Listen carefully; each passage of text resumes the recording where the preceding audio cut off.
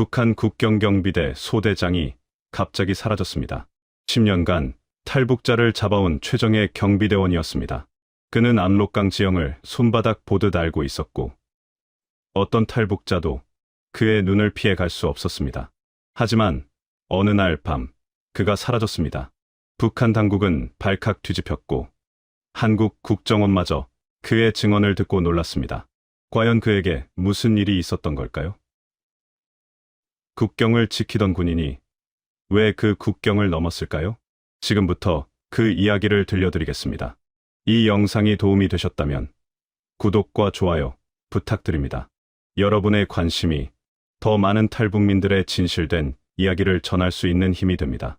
그 모든 것은 이렇게 시작되었습니다. 제 이름은 강민수입니다. 북한인민군 국경경비대 소대장으로 10년을 복무했습니다. 계급은 상사였고 양강도 해산시 국경지역을 담당했습니다. 제가 지킨 곳은 압록강이었습니다. 강 건너로 중국이 보이는 곳이었습니다. 해산은 북한에서도 가장 추운 지역 중 하나입니다. 겨울이면 영하 30도까지 내려갑니다. 압록강이 꽁꽁 얼어붙어서 걸어서도 건널 수 있을 정도입니다. 그래서 이곳 경비가 특히 중요했습니다. 겨울이면 탈북자들이 얼어붙은 강을 건너려고 시도하니까요. 저는 23살에 군에 입대했습니다. 일반 병사로 시작해서 10년 동안 계급을 올려 소대장이 됐습니다. 부하가 30명쯤 있었습니다. 이들을 이끌고 압록강 5km 구간을 지켰습니다. 하루 일과는 엄격했습니다. 새벽 5시에 기상해서 점호를 받고 아침 식사 후 오전 근무에 들어갔습니다. 강변을 순찰하고 수상한 움직임이 있는지 감시했습니다. 밤에도 교대로 근무했습니다. 이틀에 한 번씩은 야간 근무를 서야 했습니다. 우리 임무는 명확했습니다. 탈북자를 막는 것, 밀수꾼을 잡는 것, 중국인의 불법 월경을 차단하는 것입니다. 특히 탈북자를 잡는 게 가장 중요한 임무였습니다. 한 명이라도 탈북하면 우리 소대 전체가 처벌받았습니다. 강변에는 철조망이 쳐져 있었습니다. 하지만 완벽하지 않았습니다. 곳곳에 구멍이 있었고 낡은 곳도 많았습니다. 그래서 우리가 직접 순찰을 돌아야 했습니다. 밤낮 없이 강변을 걸으며 감시했습니다.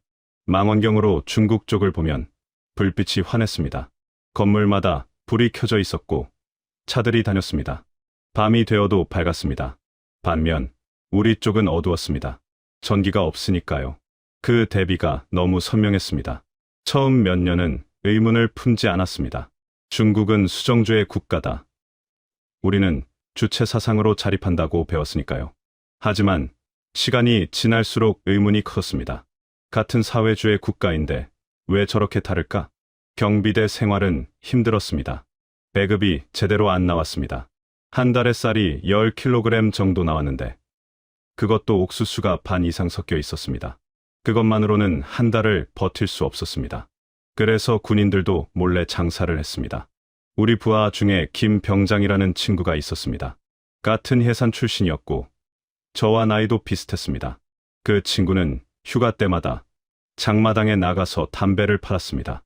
소대장님, 이렇게라도 안 하면 가족이 굶어요. 저는 못 본 척했습니다. 저도 사정을 아니까요. 군인 월급은 거의 없는 거나 마찬가지였습니다. 한 달에 북한 돈으로 5,000원 정도 받았습니다. 우리 돈으로 치면 몇백 원 정도였습니다. 그걸로는 담배 한 갑도 못 샀습니다. 그래서 뇌물이 판쳤습니다. 탈북자를 잡으면 포상이 있었습니다. 돈도 받고 휴가도 받고 승진도 빨랐습니다. 그래서 군인들은 탈북자를 잡으려고 혈안이 되어 있었습니다. 저도 마찬가지였습니다. 10년 동안 탈북자를 20명 넘게 잡았습니다. 처음 탈북자를 잡았을 때가 기억납니다. 2009년 겨울이었습니다. 26살 때였죠. 야간 순찰을 돌다가 얼음 위를 걷는 사람을 발견했습니다. 여자였습니다. 제가 소리쳤습니다. 거기서 움직이면 쏜다. 여자는 멈춰섰습니다. 저는 달려가서 그녀를 붙잡았습니다. 30살쯤 되어 보였습니다. 떨고 있었습니다. 제발 한 번만 봐주세요. 아이들이 굶어 죽어요. 하지만 저는 그녀를 끌고 갔습니다. 임무니까요. 그 여자는 보위부로 넘겨졌습니다. 나중에 들으니 정치범 수용소로 갔다고 했습니다. 저는 포상금을 받았고 계급도 올랐습니다. 그때는 자랑스러웠습니다. 나는 조국을 지키는 군인이다라고 생각했습니다. 그렇게 10년을 보냈습니다. 탈북자를 잡고 밀수꾼을 잡고 국경을 지켰습니다. 압록강 지형은 제 손바닥보다 더 잘 알았습니다. 어디가 얕은지, 어디가 깊은지, 어디로 건너면 안전한지 모두 외우고 있었습니다. 부하들에게도 엄격했습니다. 절대 탈북자를 놓치지 마라. 한 명이라도 놓치면 우리 모두 끝이다. 야간 근무 때 졸면 혼났습니다. 순찰을 제대로 안 돌면 얼차려를 받았습니다. 저는 무서운 소대장으로 소문났습니다. 하지만 집에 돌아가면 다른 사람이었습니다. 아내와 아이들 앞에서는 다정한 남편이고 아버지였습니다. 아들 민철이는 12살, 딸 수진이는 9살이었습니다. 아내는 군 병원에서 간호사로 일했습니다. 우리 가족도 먹고 살기 힘들었습니다. 제 월급과 아내 월급을 합쳐도 턱없이 부족했습니다. 아내도 장마당에서 장사를 했습니다. 중국에서 넘어온 물건을 팔았습니다. 그렇게 번 돈으로 아이들 밥을 먹였습니다. 아이들은 학교에 다녔지만 제대로 배우지 못했습니다. 선생님들도 월급을 못 받으니까 수업을 대충 했습니다. 교과서도 낡았고 공책도 부족했습니다. 아이들은 겨울에도 제대로 된 외투가 없었습니다. 어느 날 밤, 집에서 창밖을 보다가 중국 쪽 불빛을 봤습니다. 화냈습니다. 저쪽에는 전기가 풍족한가 봅니다. 딸아이가 물었습니다. 아빠, 저쪽은 왜 저렇게 밝아요?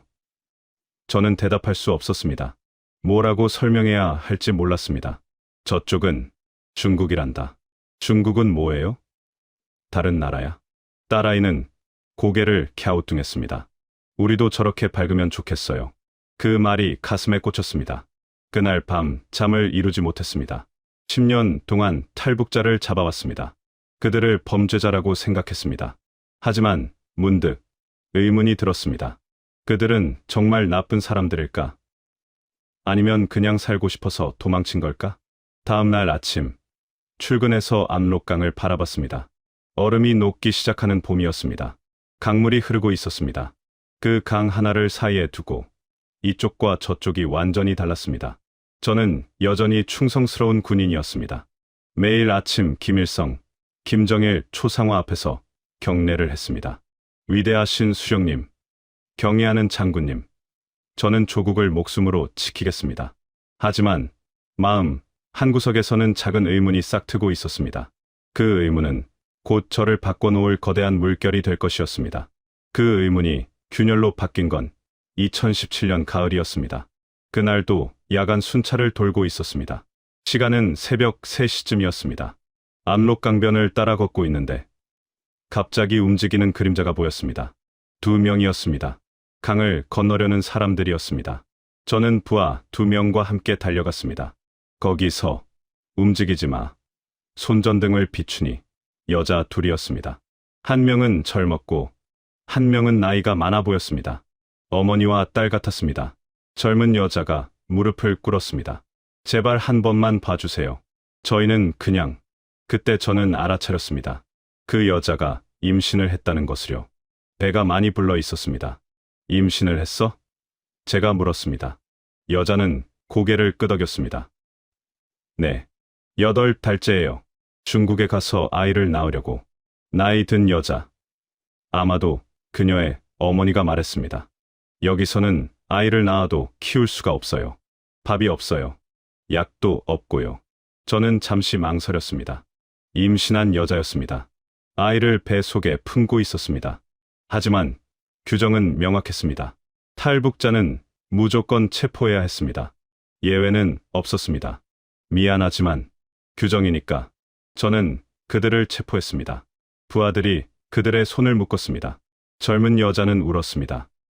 제발, 제 아이만이라도. 제발. 하지만 저는 그들을 끌고 갔습니다. 그들은 보위부로 넘겨졌습니다. 저는 포상금을 받았습니다. 이번에는 2명을 잡았으니 더 많이 받았습니다. 하지만 기쁘지 않았습니다. 임신한 여자의 울음소리가 귀에 맴돌았습니다. 일주일 후 소식을 들었습니다. 그 여자가 공개 처형됐다고 했습니다. 해산 시내 광장에서요. 탈북 시도는 반역죄였고 반역죄는 사형이었습니다. 나이 든 여자, 그녀의 어머니도 함께 처형됐습니다. 그날 저녁, 저는 술을 마셨습니다. 소주를 병째 들이켰습니다. 아내가 물었습니다. 왜 그래요? 무슨 일 있어요? 저는 대답할 수 없었습니다. 어떻게 말합니까? 임신한 여자를 잡아서 죽게 만들었다고요? 밤에 잠을 이룰 수 없었습니다. 그 여자의 얼굴이 떠올랐습니다. 뱃속에 있던 아이는 어떻게 됐을까요? 함께 죽었을 겁니다. 태어나보지도 못하고 죽은 겁니다. 제 손에요. 다음날 출근해서 부하들과 이야기를 나눴습니다. 김 병장이 말했습니다. 소 대장님, 요즘 공개 처형이 너무 많아요. 지난달에만 10명 넘게 처형당했어요. 무슨 죄로? 탈북 시도, 한국영화본죄, 장마당에서 불법 장사한 죄. 저는 물었습니다. 그게 정말 사형을 받을 죄인가? 김 병장은 깜짝 놀랐습니다. 소 대장님, 무슨 말씀이세요? 그건 반역죄인데요. 그래, 반역죄지. 하지만 저는 말을 잇지 못했습니다. 그날 밤 순찰을 돌다가 중국 쪽을 바라봤습니다. 불빛이 환했습니다. 사람들이 자유롭게 살고 있을 겁니다. 임신한 여자도 저쪽에 갔으면 아이를 낳을 수 있었을 겁니다. 하지만 저는 그녀를 막았습니다. 나는 뭘 하고 있는 걸까? 처음으로 그런 생각이 들었습니다. 10년 동안 탈북자를 잡아왔습니다. 20명 넘게 잡았습니다. 그들은 모두 어떻게 됐을까요? 수용소로 갔거나 처형당했을 겁니다. 한 달 후, 또 다른 사건이 있었습니다. 이번에는 어린아이를 데리고 탈북하려던 가족이었습니다. 아버지, 어머니, 그리고 5살쯤 된 여자아이였습니다. 새벽 4시쯤 강을 건너려다 걸렸습니다. 아이는 울고 있었습니다. 엄마, 무서워. 어머니가 아이를 안고 말했습니다. 괜찮아, 괜찮아. 하지만 어머니도 떨고 있었습니다. 아버지는 제게 말했습니다. 동무, 아니, 동지, 우리 아이만이라도 보내주면 안 됩니까? 저는 고개를 저었습니다. 안 됩니다. 규정이니까. 하지만 제 목소리도 떨리고 있었습니다. 그 아이를 보니 제 딸 수진이가 떠올랐습니다. 수진이도 9살이었습니다. 비슷한 나이였습니다. 그 가족도 보위부로 넘겨졌습니다. 나중에 들으니 정치범 수용소로 갔다고 했습니다. 가족 전체가요. 5살 아이까지요. 북한에서는 한 사람이 죄를 지으면 3대가 벌을 받습니다. 할아버지가 죄를 지으면 아들도, 손자도 수용소에 갑니다.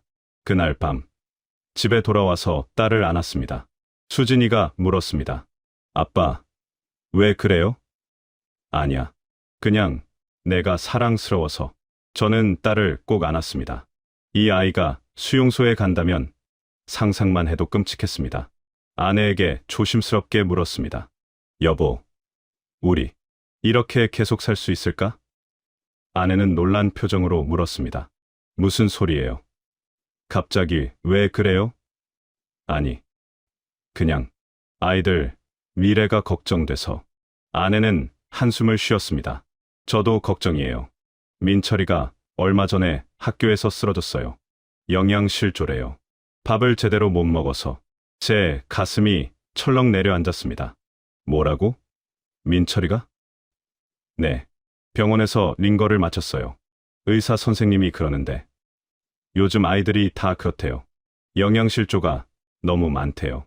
아내의 눈에 눈물이 맺혔습니다. 우리가 이렇게 열심히 일하는데 왜 아이들은 굶어야 하죠? 저는 대답할 수 없었습니다. 저도 똑같은 질문을 하고 있었으니까요. 우리는 열심히 일합니다. 저는 국경을 지키고 아내는 환자를 돌봅니다. 하지만 그 대가는 턱없이 부족합니다. 아이들은 굶고 사람들은 죽어갑니다. 그날 밤부터 제 마음속에서 무언가 무너지기 시작했습니다. 10년 동안 쌓아올린 신념, 충성심, 그런 것들이 조금씩 무너졌습니다. 저는 여전히 군인이었지만 더 이상 확신이 없었습니다. 순찰을 돌다가 탈북자를 발견해도 예전처럼 빠르게 달려가지 못했습니다. 저 사람도 살고 싶어서 가는 거겠지 하는 생각이 들었습니다. 하지만 그래도 잡아야 했습니다. 안 잡으면 제가 처벌받으니까요. 어느 날, 김 병장이 조용히 제게 말했습니다. 소 대장님, 요즘 이상해요. 예전 같지 않으세요. 뭐가? 예전에는 탈북자 잡는데 제일 열심히셨잖아요. 요즘은 좀 주저하시는 것 같아요. 저는 부인했습니다. 무슨 소리야. 나는 여전히 충성스러운 군인이야. 하지만 김 병장은 제 눈을 똑바로 보며 말했습니다. 소 대장님, 저도 요즘 많이 생각해요. 우리가 정말 옳은 일을 하고 있는 건가요? 그 질문에 저는 대답할 수 없었습니다. 저도 똑같은 질문을 하고 있었으니까요. 우리는 잠시 침묵했습니다. 압록강물 소리만 들렸습니다. 여러분도 아시다시피 우리 부모님 세대는 6.25 때 많은 걸 겪으셨습니다. 전쟁의 아픔, 이산 가족의 슬픔. 그때도 사람들이 살기 위해 남으로 내려갔습니다. 그게 잘못된 건가요? 아니면 당연한 건가요? 저는 점점 더 혼란스러워졌습니다. 군인으로서의 의무와 인간으로서의 양심이 충돌했습니다. 무엇이 옳은지 알 수 없었습니다. 그리고 그 혼란은 곧 더 큰 결단으로 이어질 것이었습니다. 그 혼란이 절망으로 바뀐 건 2018년 봄이었습니다. 김 병장에게 큰일이 생겼습니다. 그의 여동생이 탈북을 시도하다가 잡힌 겁니다. 22살 젊은 여자였습니다. 중국으로 가려다가 다른 경비대에 붙잡혔습니다. 김 병장이 제게 찾아왔습니다. 눈이 퉁퉁 부어 있었습니다. 소 대장님, 제 동생이. 그는 울먹이며 말했습니다. 보위부에 잡혔어요. 탈북 시도라고. 저는 가슴이 철렁 내려앉았습니다. 언제? 어제 밤이요. 해산 북쪽 구역에서요. 지금 어디 있어? 보위부 유치장이요. 곧 재판받는데요. 탈북 시도는 중죄였습니다. 보통은 정치범 수용소로 가거나 공개 처형을 당했습니다. 김 병장의 동생도 그렇게 될 가능성이 컸습니다. 그리고 연좌제 때문에 김 병장도 그의 부모님도 영향을 받을 겁니다. 뭐라도 해봐야죠. 뇌물을. 김 병장이 말했습니다. 얼마나 필요한데? 중국 돈 2,000달러래요. 그럼 처형은 면하고 수용소로 보낸대요. 2,000달러. 어마어마한 돈이었습니다. 김 병장은 집을 팔았습니다. 부모님이 평생 살던 집을요. 친척들에게 빌렸습니다. 그렇게 모아서 1,000달러를 만들었습니다. 하지만 1,000달러가 모자랐습니다. 저도 도왔습니다. 제가 모아둔 돈을 꺼내줬습니다. 300달러였습니다. 다른 부하들도 10달러, 20달러씩 모았습니다. 그렇게 1,500달러를 만들었습니다. 하지만 여전히 500달러가 부족했습니다. 결국 김 병장은 뇌물을 주지 못했습니다. 2,000달러를 못 만들었으니까요. 일주일 후 그의 동생은 공개 처형됐습니다. 해산 시내 광장에서요. 김 병장은 그 자리에 강제로 끌려갔습니다. 가족들도 모두 참석해야 했습니다. 처형 다음 날 김 병장이 근무에 나왔습니다. 눈이 죽어 있었습니다. 말을 하지 않았습니다. 그냥 멍하니 강을 바라보고 있었습니다. 저는 그에게 다가가 어깨를 두드렸습니다. 견뎌야 한다. 하지만 제 목소리도 떨리고 있었습니다. 소 대장님, 김 병장이 조용히 말했습니다. 제 동생은 그냥 살고 싶었을 뿐이에요. 밥 먹고 싶고 자유롭게 살고 싶었을 뿐이에요. 그게 죽을 죄인가요? 저는 대답할 수 없었습니다. 그가 옳았습니다. 그의 동생은 그저 살고 싶었을 뿐이었습니다. 우리 모두가 원하는 거였습니다. 하지만 이 땅에서는 그것이 죄가 됐습니다. 일주일 후 김 병장이 사라졌습니다. 근무 중에 갑자기 사라진 겁니다. 야간 순찰을 나갔다가 돌아오지 않았습니다. 우리는 수색에 나섰습니다. 압록강변을 샅샅이 뒤렸습니다. 이틀 후 강 하류에서 그의 시신이 발견됐습니다. 익사한 것처럼 보였습니다. 하지만 우리는 알았습니다. 그가 스스로 강에 뛰어든 거라는 거요. 동생을 잃은 슬픔을 견디지 못한 겁니다. 김 병장의 장례식에 갔습니다. 그의 부모님이 울고 있었습니다. 내 자식들. 두 자식을 일주일 사이에 잃은 겁니다. 그 모습을 보면서 저는 생각했습니다. 이게 정상인가? 이게 우리가 지켜야 할 체제인가? 그날 밤, 저는 아내와 긴 대화를 나눴습니다. 아이들이 잠든 후 둘이서 마주 앉았습니다. 여보, 우리 이대로 살 수 없을 것 같아. 아내는 놀란 표정으로 저를 바라봤습니다. 무슨 말이에요? 김 병장 봤어. 그 친구 동생이 탈북하다 죽었어. 그 친구도 스스로 목숨을 끊었어. 이게 정상이야? 제 목소리가 떨렸습니다. 아내는 침묵했습니다. 한참 후에 조용히 말했습니다. 저도 알아요. 병원에서 매일 봐요. 굶어서 죽는 사람들, 약이 없어서 죽는 사람들, 아이들도 많아요. 영양실조로 죽는 아이들.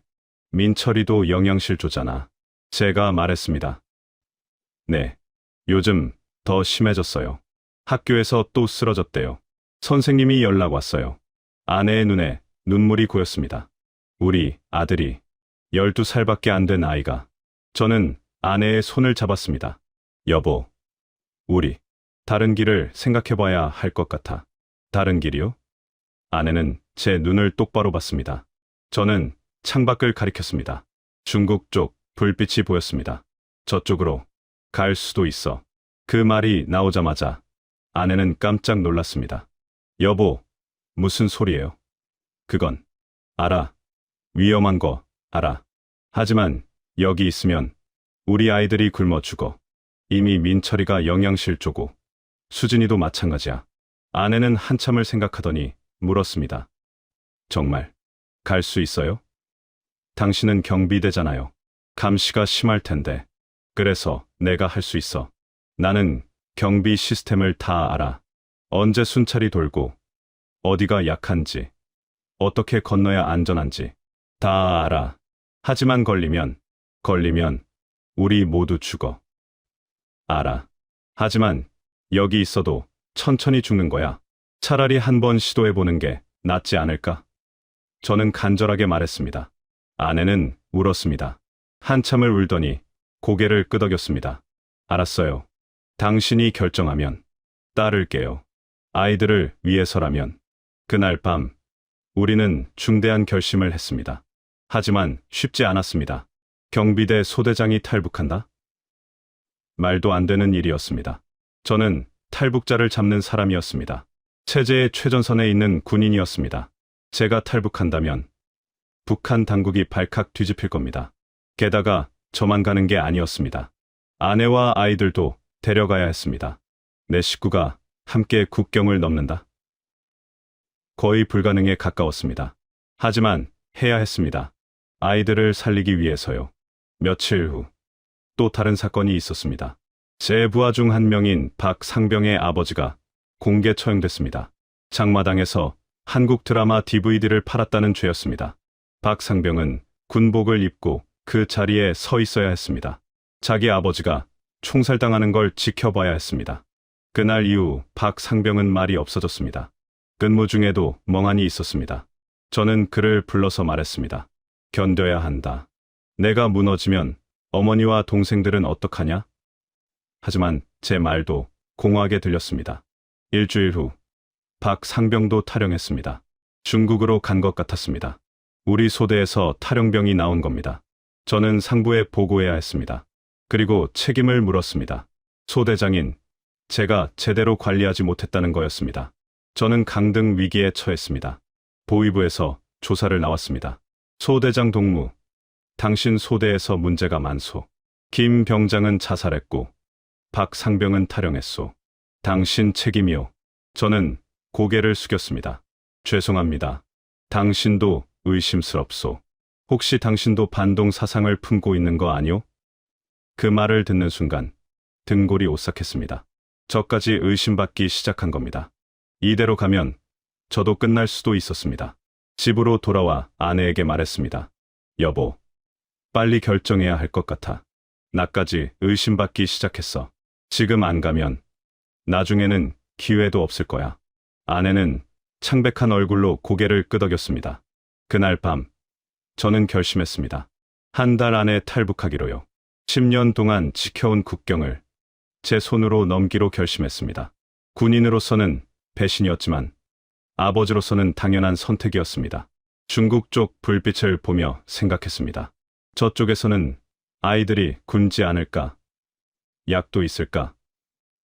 자유롭게 살 수 있을까? 그 희망 하나만 붙잡고 저는 위험천만한 계획을 세우기 시작했습니다. 그날부터 저는 치밀한 계획을 세우기 시작했습니다. 제 장점은 명확했습니다. 저는 10년간 이 국경을 지켜온 경비대 소대장이었습니다. 압록강의 모든 구간을 알았고 경비 시스템을 속속들이 알았습니다. 순찰 루트, 교대 시간, 감시 카메라 위치, 철조망의 약한 곳 모두 제 머릿속에 있었습니다. 하지만 그만큼 위험했습니다. 경비대 소대장이 탈북한다. 전례가 없는 일이었습니다. 북한 당국이 얼마나 추격할지 상상도 할 수 없었습니다. 게다가 아내와 아이 둘까지 데려가야 했습니다. 4명이 함께 국경을 넘는다는 건 거의 불가능에 가까웠습니다. 먼저 시기를 정해야 했습니다. 언제 가는 게 가장 안전할까? 저는 근무 일정표를 꼼꼼히 살펴봤습니다. 우리 소대는 이틀에 한 번씩 야간 근무를 섰습니다. 제가 야간 근무를 설 때가 가장 좋은 기회였습니다. 제가 직접 순찰 루트를 조정할 수 있으니까요. 다음은 장소였습니다. 압록강 5km 구간 중에서 어디가 가장 안전할까? 저는 매일 강변을 걸으며 관찰했습니다. 물의 깊이, 강의 폭, 중국 쪽 지형, 모든 걸 체크했습니다. 마침내 한 곳을 정했습니다. 계산 남쪽 3km 지점이었습니다. 거기는 강폭이 좁았습니다. 불과 50m 정도였습니다. 물도 얕았습니다. 성인 남자 허리 높이 정도였습니다. 무엇보다 중국 쪽에 작은 마을이 있었습니다. 건너가면 숨을 곳이 있다는 뜻이었습니다. 하지만 문제가 있었습니다. 그곳에는 다른 조의 경비병이 있었습니다. 박 중사가 이끄는 조였습니다. 박 중사는 저보다 나이가 많았고 경험도 많았습니다. 그를 어떻게 피할까? 고민 끝에 한 가지 방법을 생각해냈습니다. 근무, 교대 시간을 이용하는 겁니다. 박 중사 조와 우리 조가 교대하는 시간, 그 짧은 공백을 이용하는 거였습니다. 보통 교대는 밤 12시에 이뤄졌습니다. 전임 조가 철수하고 새 조가 배치되는 사이 10분에서 15분의 공백이 있었습니다. 바로 그 시간에 건너는 겁니다. 박 중사조는 이미 철수했고 우리 조는 아직 배치되기 전입니다. 완벽한 타이밍이었습니다. 물론 위험했습니다. 조금이라도 늦으면 우리 조와 마주칠 테니까요. 날짜도 정해야 했습니다. 달이 없는 날이 좋았습니다. 어두울수록 안전하니까요. 음력 달력을 보니 한 달 후인 5월 23일이 금운날이었습니다. 달이 없는 깜깜한 밤이었습니다. 그날로 정했습니다. 다음은 가족을 설득하는 일이었습니다. 아내는 이미 동의했지만 아이들은 몰랐습니다. 민철이는 12살, 수진이는 9살이었습니다. 너무 어렸습니다. 비밀을 지킬 수 있을까? 무서워서 울면 어떡하죠? 고민 끝에 출발 전날에 말하기로 했습니다. 미리 말하면 아이들이 학교에서 실수로 말할 수도 있으니까요. 북한에서는 아이들도 조심해야 합니다. 학교에서 우리 아빠가 이런 말 했어요 라고 하면 바로 보위부에 신고되니까요. 준비물도 챙겨야 했습니다. 하지만 너무 많이 챙기면 의심받을 수 있었습니다. 최소한만 준비했습니다. 옷 한 벌씩, 마른 음식 조금, 물. 그게 전부였습니다. 돈은 최대한 모았습니다. 중국에서 필요할 테니까요. 아내에게 조용히 말했습니다. 여보, 5월 23일이야. 그날 밤 11시 반에 집을 나서야 해. 아내는 떨리는 목소리로 물었습니다. 정말 할 거예요? 응. 이제 돌아갈 수 없어. 이미 결심했어. 아이들은요? 전날 밤에 말할 거야? 조용히 따라오라고. 무섭더라도 소리 내지 말라고. 아내는 눈물을 닦았습니다. 알았어요. 당신만 믿을게요. 일주일 전부터는 더욱 조심했습니다. 평소처럼 행동했습니다. 근무도 성실히 했고 부하들에게도 엄격하게 대했습니다. 의심받으면 안 되니까요. 하지만 속으로는 계획을 계속 점검했습니다. 5월 23일 밤 11시 반, 집을 나선다. 11시 40분, 강변 도착. 12시 정각, 박 중사 조 철수. 12시 5분, 강 건너기 시작. 12시 10분, 중국 도착. 머릿속으로 수백 번 시뮬레이션 했습니다. 모든 상황을 가정했습니다. 만약 박 중사 조가 늦게 철수하면, 만약 우리 조가 일찍 도착하면, 만약 강을 건너다 걸리면, 모든 경우의 수를 생각했습니다. 가장 위험한 건 출발 신호였습니다. 제가 야간 근무를 서는 날이었습니다.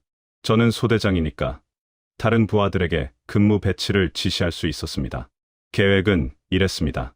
오늘 밤 나는 남쪽 3km 지점을 직접 점검하겠다. 너희들은 북쪽 구역을 맡아라. 이렇게 말하면 부하들은 북쪽으로 갈 겁니다. 저는 혼자 남쪽으로 가는 거죠. 그리고 그대로 강을 건너는 겁니다.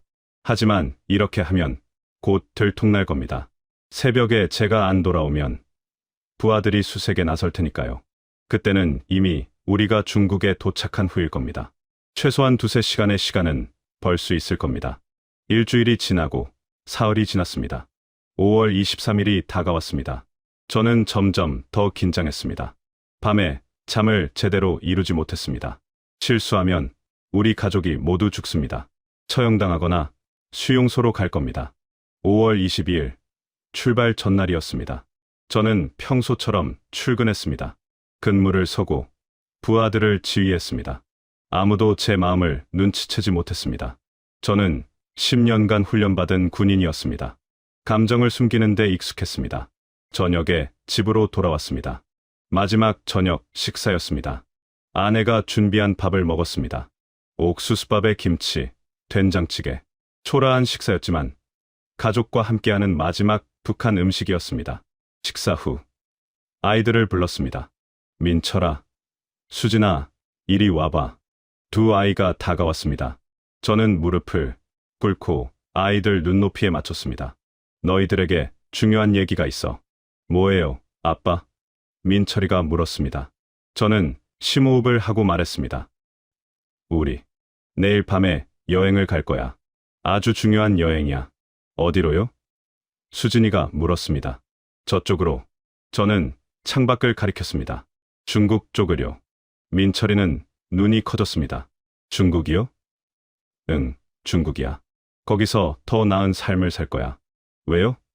여기가 싫어요? 저는 아이들을 안았습니다. 여기는 너희들이 행복할 수 없는 곳이야.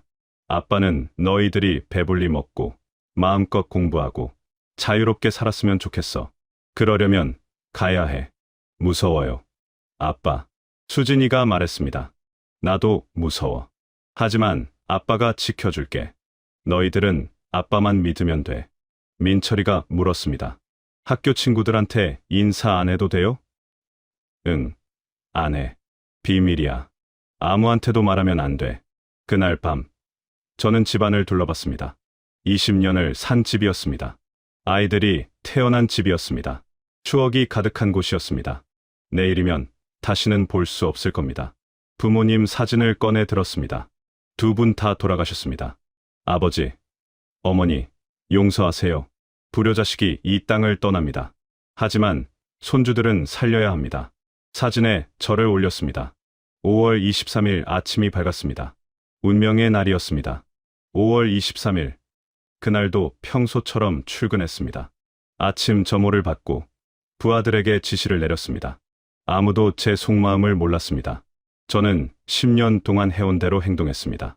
엄격한 소대장, 충성스러운 군인, 그게 제 모습이었습니다. 오후에 근무 배치를 확인했습니다. 오늘 밤 야간 근무는 제 조였습니다. 완벽했습니다. 모든 게 계획대로였습니다. 저는 부하들을 모아놓고 말했습니다. 오늘 밤 나는 남쪽 3km 지점을 직접 점검한다. 최근 그쪽에서 수상한 움직임이 있다는 보고가 있었다. 부하들은 고개를 끄덕였습니다. 의심하지 않았습니다. 저는 소대장이었고 이런 지시는 자주 내렸으니까요. 너희들은 북쪽 2km 구역을 집중적으로 순찰해라. 철조망 점검도 꼼꼼히 하고. 알겠습니다. 소대장 동지. 부하들이 경례를 했습니다. 저도 경례를 받았습니다. 이게 마지막 경례가 될 줄은 그들이 몰랐습니다. 저 역시 복잡한 심정이었습니다. 10년 동안 함께한 부하들이었습니다. 하지만 선택의 여지가 없었습니다. 저녁 6시. 근무 교대 전에 집으로 갔습니다. 평소에는 안 하던 일이었지만 오늘은 마지막이었습니다. 아내와 아이들이 준비되어 있었습니다. 가방은 아주 작았습니다. 의심받지 않을 정도로요.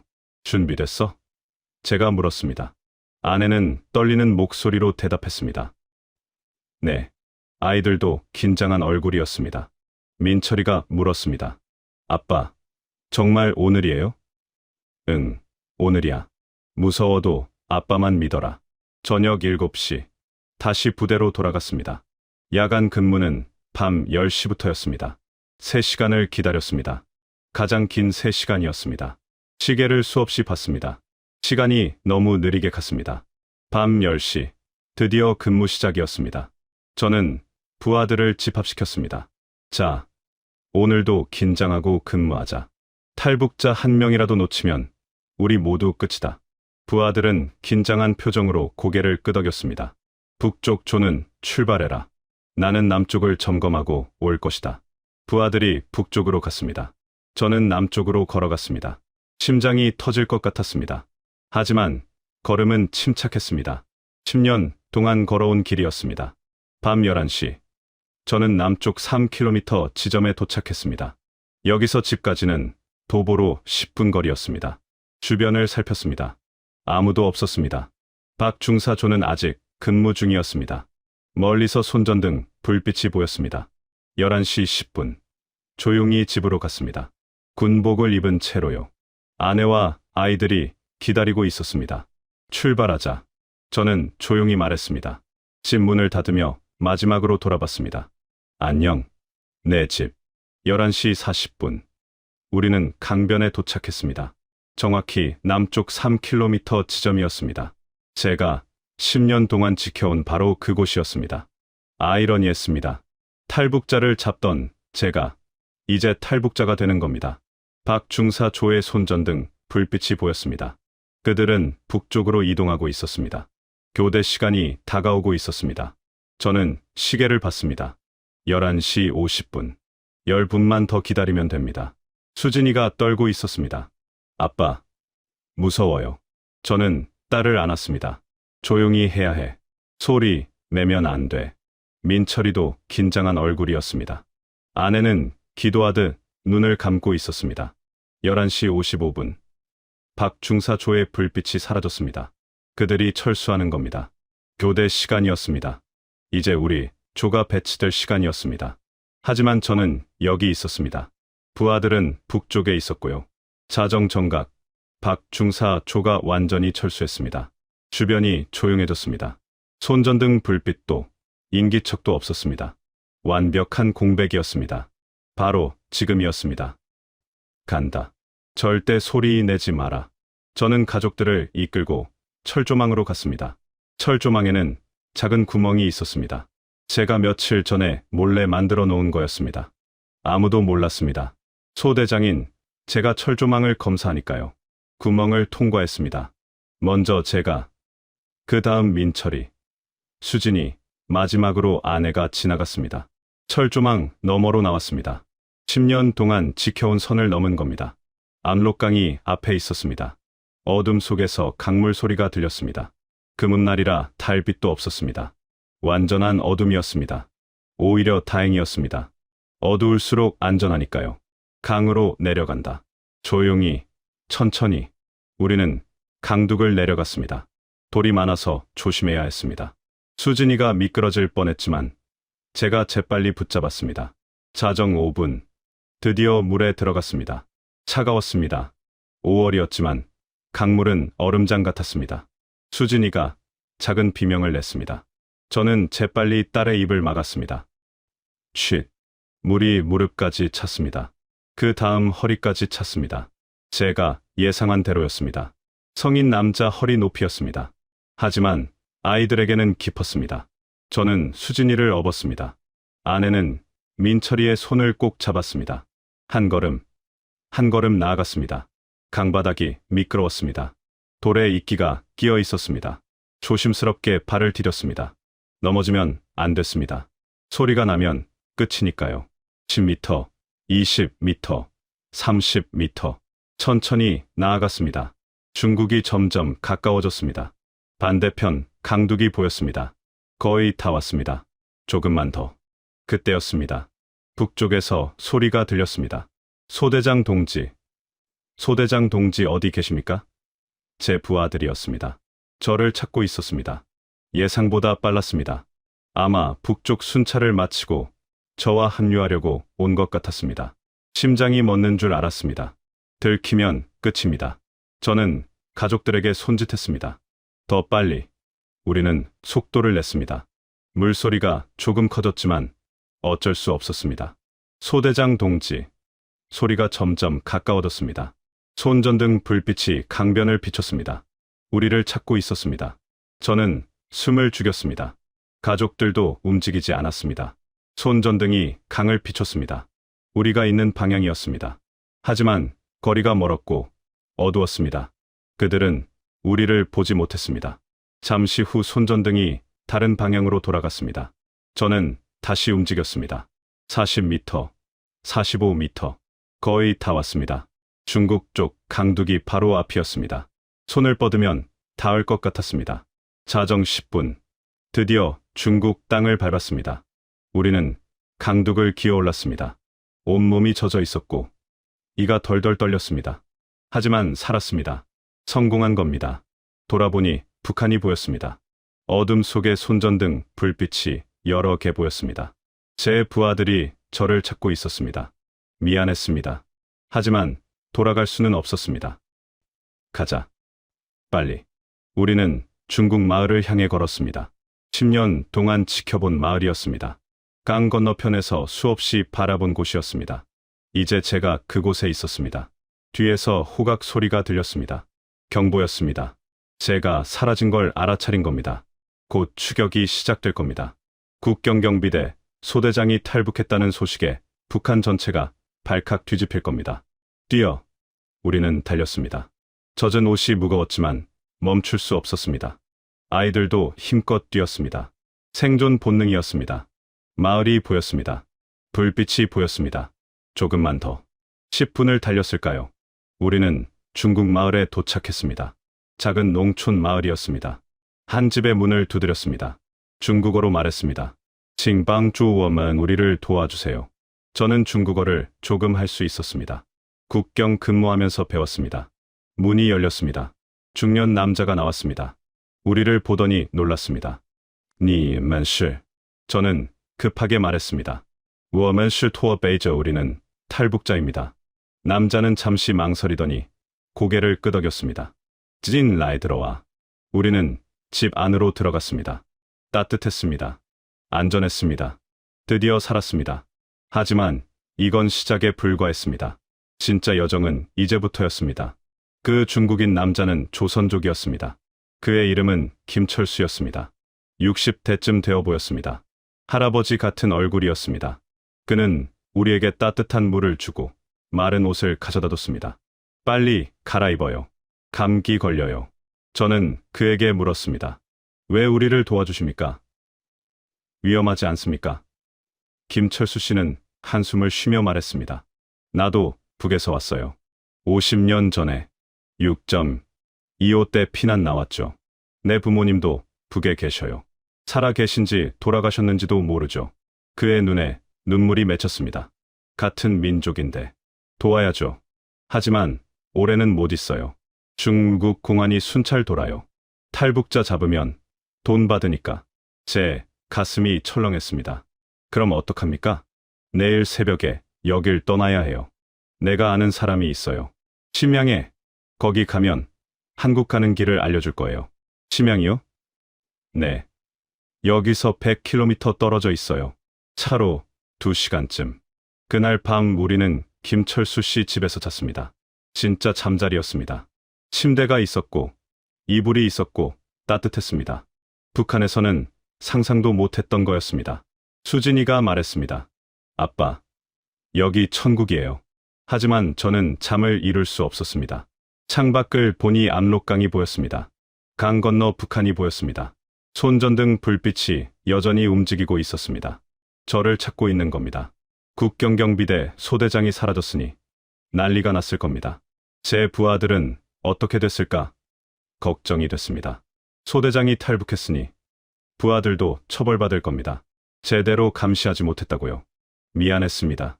하지만 어쩔 수 없었습니다. 새벽 4시.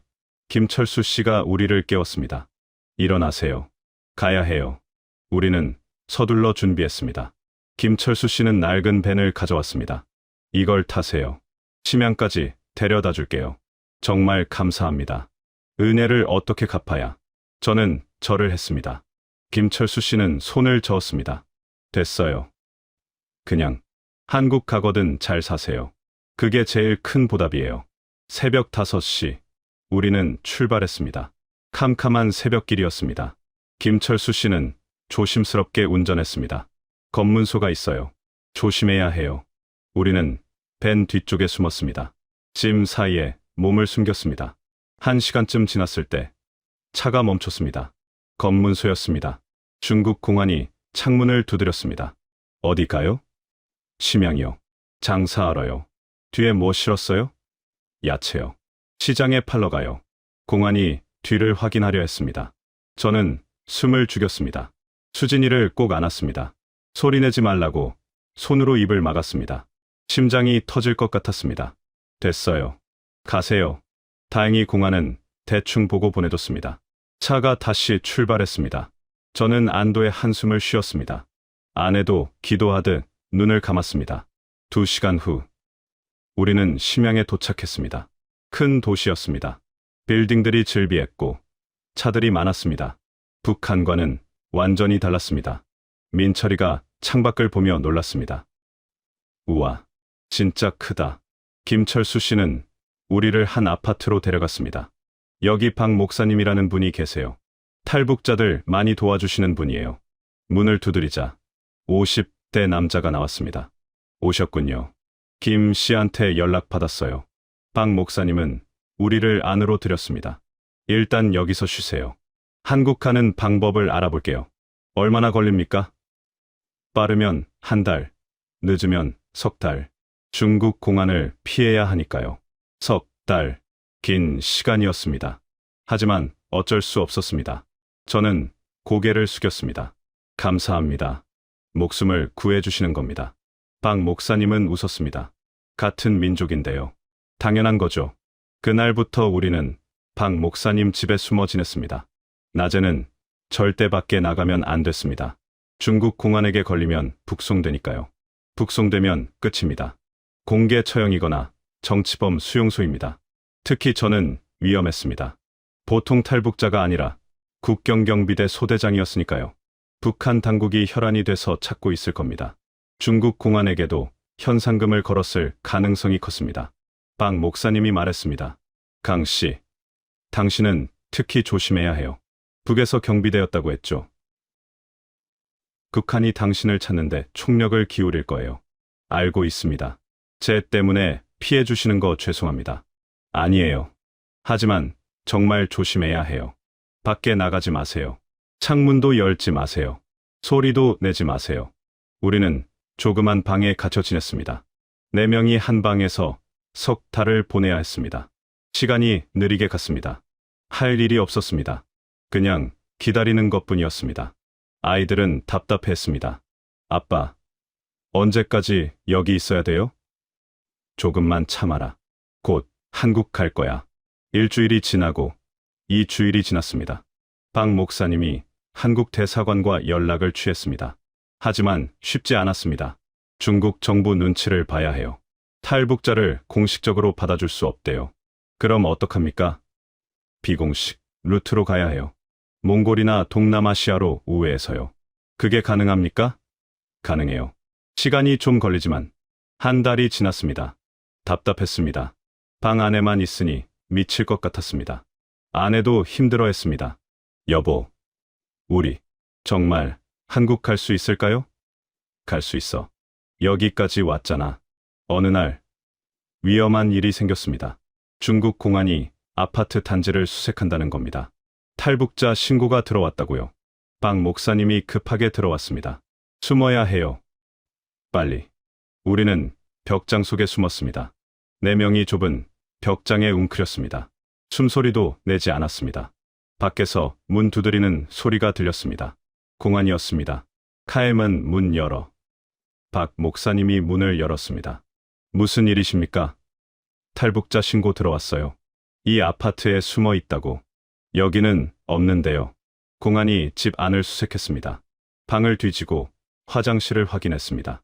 벽장 앞까지 왔습니다. 저는 심장이 멎는 줄 알았습니다. 수진이를 꼭 안았습니다. 떨지 말라고, 조용히 하라고. 여기는 공안이 벽장 손잡이를 잡았습니다.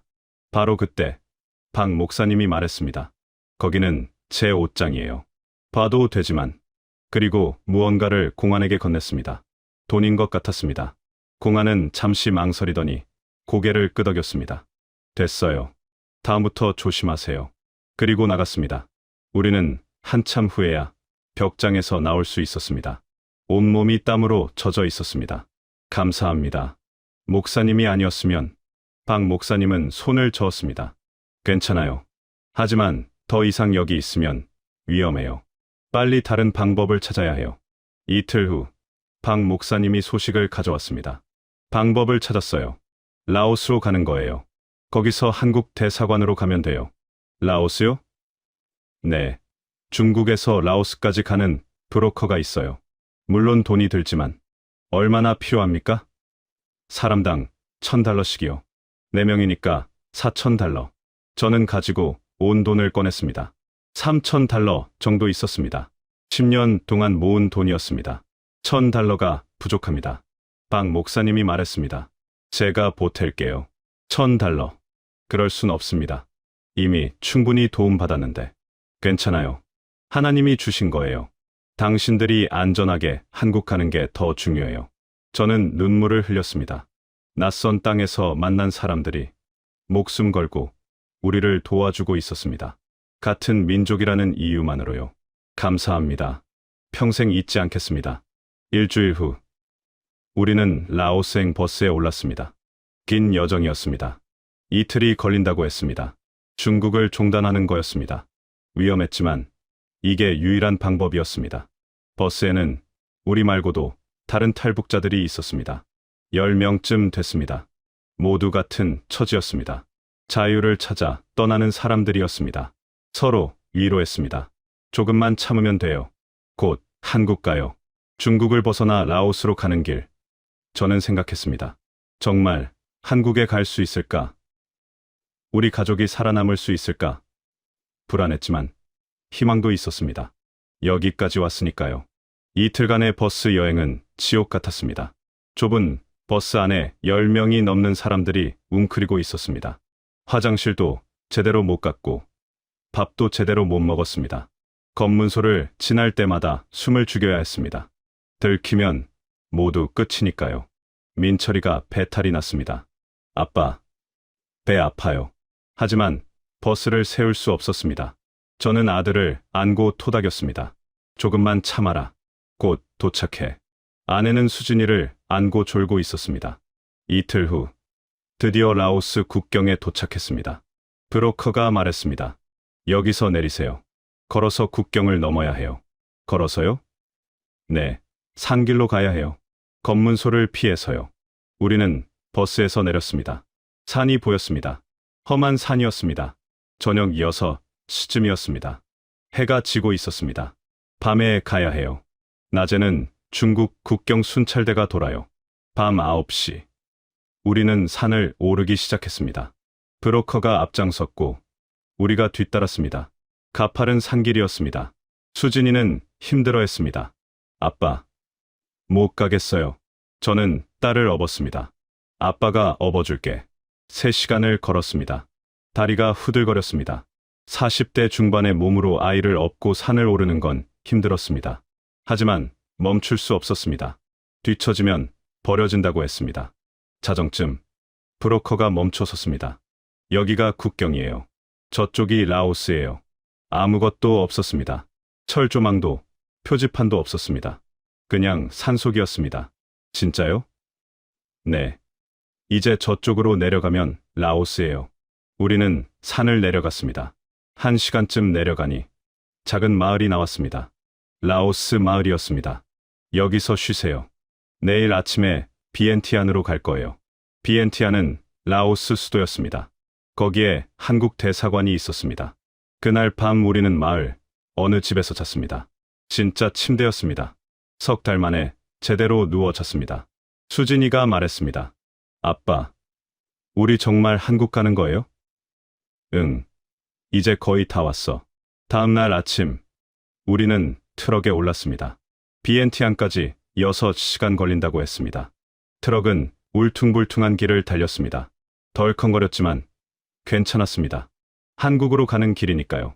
오후 4시. 비엔티안에 도착했습니다. 큰 도시였습니다. 건물들이 많았고 사람들이 붐볐습니다. 브로커가 우리를 한 호텔로 데려갔습니다. 여기서 기다리세요. 내일 아침에 한국 대사관으로 데려다 줄게요. 그날 밤, 저는 잠을 이루지 못했습니다.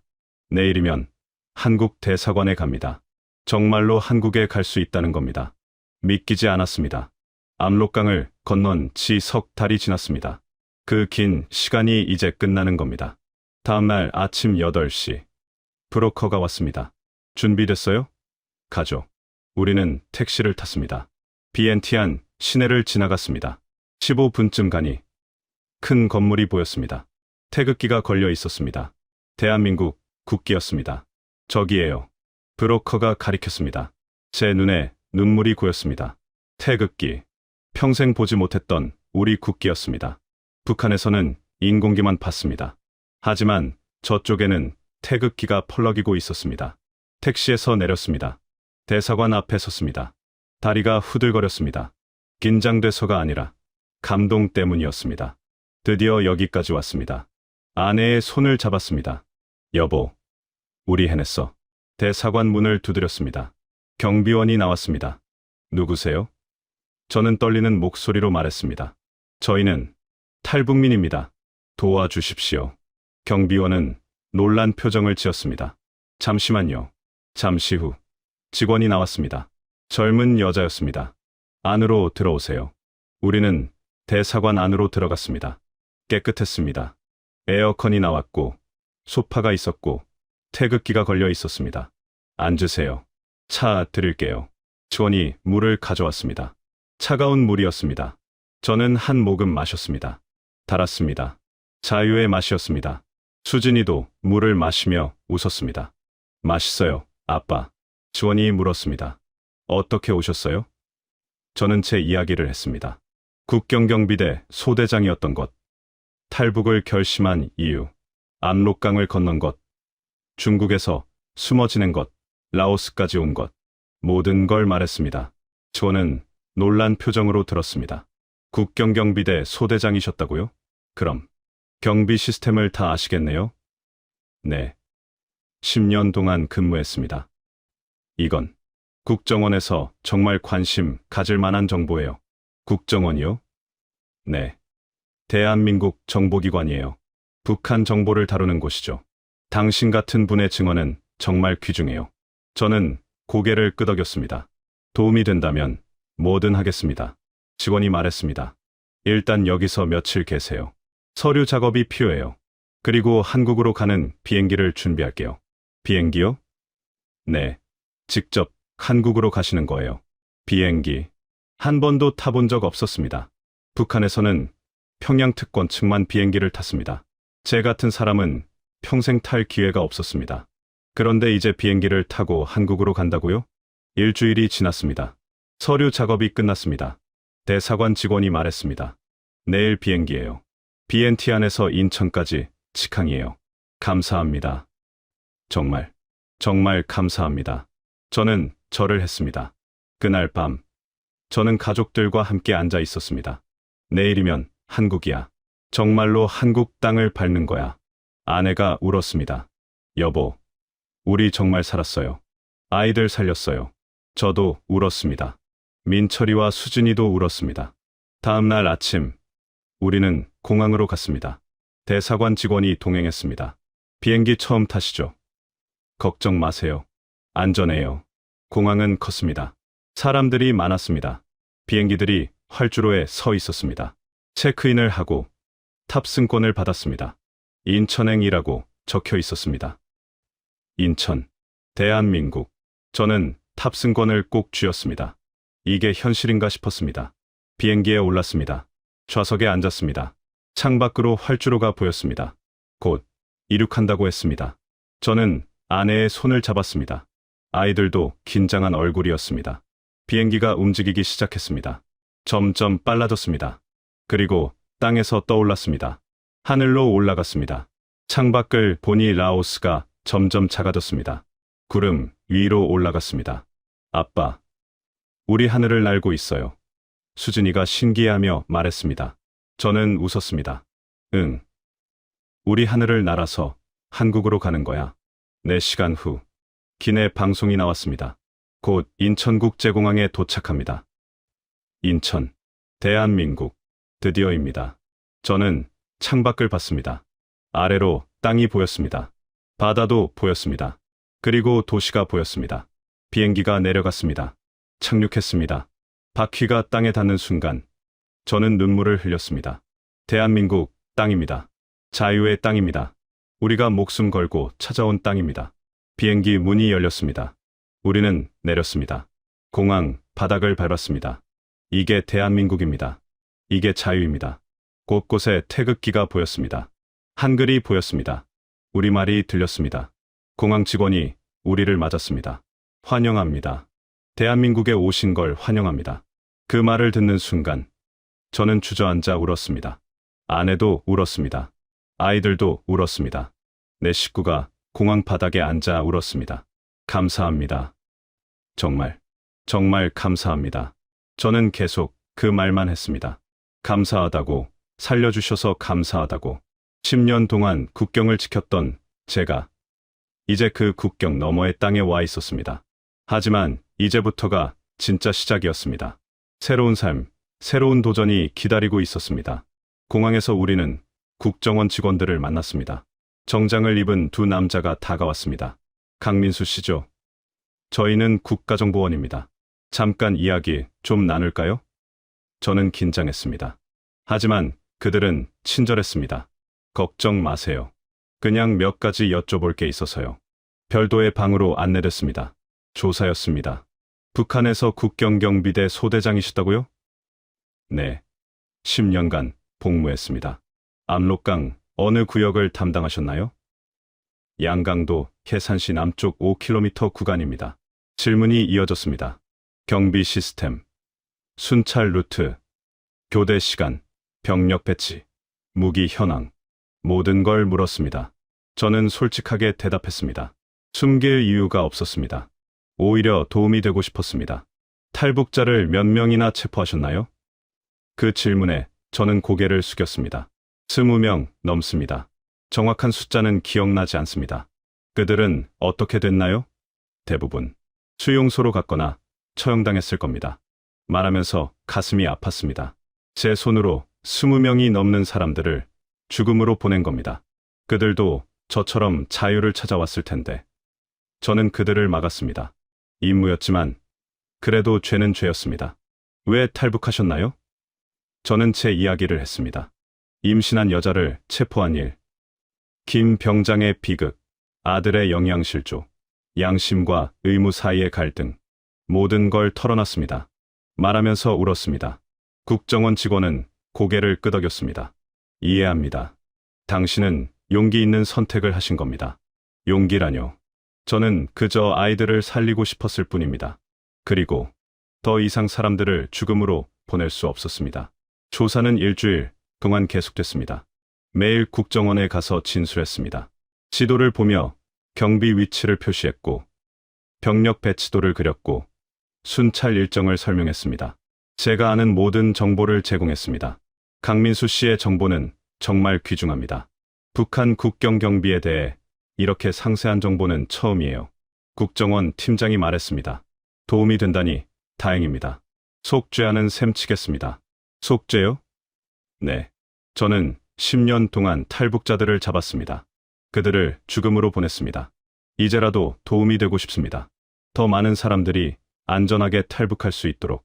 조사가 끝나고 우리는 하나원으로 갔습니다. 경기도 안성에 있는 곳이었습니다. 탈북민들이 한국 사회를 배우는 곳이었습니다. 저희 말고도 많은 탈북민들이 있었습니다. 하나원에서 석 달을 보냈습니다. 한국 사회에 대해 배웠습니다. 민주주의, 시장경제, 인권, 법률, 모든 게 새로웠습니다. 북한에서 배운 것과 정반대였습니다. 가장 힘들었던 건 죄책감이었습니다. 밤마다 꿈을 꿨습니다. 제가 체포했던 사람들이 나타났습니다. 임신한 여자, 어린아이를 데리고 왔던 가족, 김 병장. 그들이 저를 보며 물었습니다. 왜 우리를 막았습니까? 상담 선생님과 이야기를 나눴습니다. 강민수 씨, 당신은 그때 선택의 여지가 없었어요. 명령을 따라야 하는 군인이었잖아요. 하지만 저 때문에 사람들이 죽었어요. 용서받을 수 있을까요? 용서는 시간이 필요해요. 스스로를 먼저 용서하세요. 그리고 이제라도 좋은 일을 하세요. 탈북민들을 도와주세요. 그게 속죄하는 길이에요. 선생님의 말이 위로가 됐습니다. 하나원을 졸업하고 우리는 서울로 왔습니다. 정부에서 지원해준 아파트였습니다. 작지만 깨끗했습니다. 방이 2개, 화장실, 부엌, 모든 게 갖춰져 있었습니다. 북한 집보다 훨씬 좋았습니다. 아이들은 학교에 다니기 시작했습니다. 민철이는 중학교 2학년으로, 수진이는 초등학교 5학년으로 편입했습니다. 처음에는 적응이 힘들었습니다. 말투도 다르고 문화도 달랐습니다. 하지만 점점 나아졌습니다. 저는 일자리를 찾았습니다. 40대 중반의 나이에 북한 경력은 소용없었습니다. 처음에는 공장에서 일했습니다. 하루 10시간씩 일했습니다. 힘들었지만 정당한 임금을 받았습니다. 월급이 250만 원이었습니다. 북한에서는 상상도 못할 돈이었습니다. 1년 후 국정원에서 연락이 왔습니다. 강민수 씨, 북한 관련 강의를 해주실 수 있나요? 국방부나 경찰, 통일 관련 기관에서 필요로 해요. 강의요? 네. 당신의 경험과 지식이 필요해요. 그렇게 저는 강사가 됐습니다. 월에 2~3번 여러 기관을 다니며 강의했습니다. 북한 국경 경비 시스템, 탈북 루트, 북한 군대의 실상. 제가 아는 모든 것을 가르쳤습니다. 그리고 제 이야기도 했습니다. 왜 탈북했는지, 어떤 심정이었는지.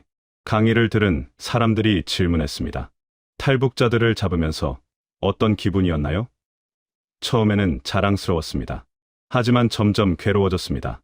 그들도 저처럼 살고 싶어서 온 사람들이었으니까요. 후회하지 않으세요? 후회합니다. 매일 후회합니다. 하지만 이제라도 좋은 일을 하려고 합니다. 제 경험이 다른 탈북민들에게 도움이 되길 바랍니다. 2년이 지났습니다. 민철이는 고등학생이 됐고 수진이는 중학생이 됐습니다. 2 아이 모두 한국 생활에 적응했습니다. 친구들도 생겼고 꿈도 생겼습니다.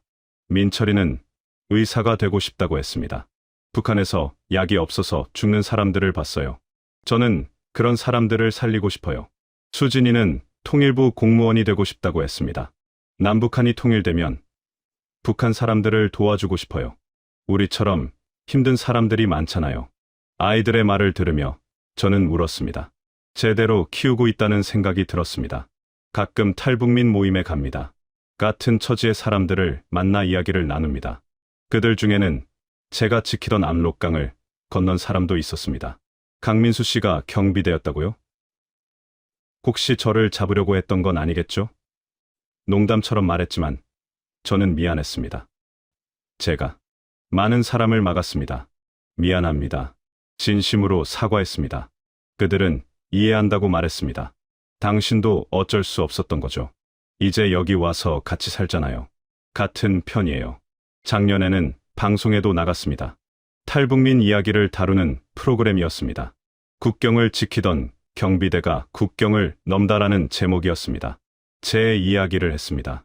10년간 경비대로 복무한 것, 양심의 갈등, 탈북 결심, 그리고 새로운 삶. 방송이 나간 후 많은 분들이 연락을 주셨습니다. 감동받았습니다. 용기의 박수를 보냅니다. 잘 사세요. 따뜻한 말들이었습니다. 어떤 분은 당신 때문에 통일에 대해 다시 생각하게 됐어요 라고 하셨습니다. 지금은 2026년입니다. 한국에 온 지 7년이 됐습니다. 많은 것이 바뀌었습니다. 이제 저는 한국 사람입니다. 운전면허도 땄고 투표권도 있습니다.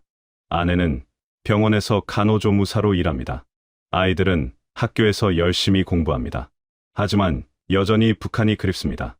고향 해산, 압록강, 그리고 그곳에 남겨둔 사람들.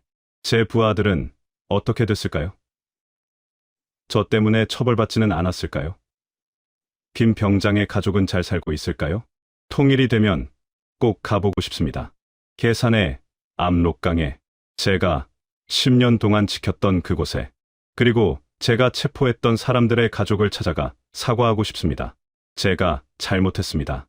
용서해 주십시오. 여러분께 말씀드리고 싶습니다. 북한 군인들도 사람입니다. 그들도 가족이 있고 양심이 있습니다. 명령에 따라 일할 뿐. 그들도 괴로워합니다. 저도 그랬으니까요. 그리고 탈북민들을 따뜻하게 맞아주십시오. 그들은 자유를 찾아 목숨 걸고 온 사람들입니다. 같은 민족입니다. 우리 모두 한 민족 아닙니까? 통일이 되어야 합니다. 남과 북이 하나가 되어야 합니다. 그래야 더 이상 이런 비극이 없습니다. 가족이 헤어지는 일도, 목숨 걸고 강을 건너는 일도 없어야 합니다. 저는 앞으로도 계속 일하겠습니다. 북한의 실상을 알리고 탈북민들을 돕고 통일을 준비하는 일을. 그게 제 속죄이고 제 의무입니다. 마지막으로 제가 체포했던 모든 분들께 진심으로 사과드립니다. 용서를 구합니다. 그리고 김 병장, 당신을 지키지 못해서 미안합니다. 하늘에서 편히 쉬십시오. 감사합니다. 자유로운 이 땅에서 살 수 있게 해주셔서, 아이들에게 미래를 줄 수 있게 해주셔서 정말 감사합니다. 대한민국 만세.